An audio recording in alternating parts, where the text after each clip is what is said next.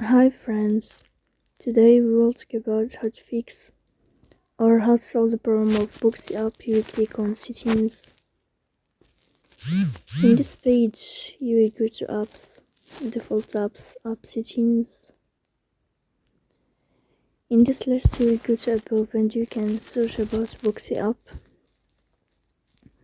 Here in this page of app info you will click on first stop and you will click OK.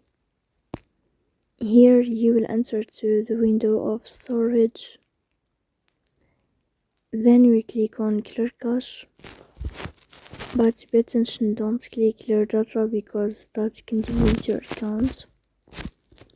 In the end you can turn on your airplane mode and you can turn off your airplane mode, or you can you can turn off your airplane mode to fix that problem. So please don't forget to support us by like and subscribe.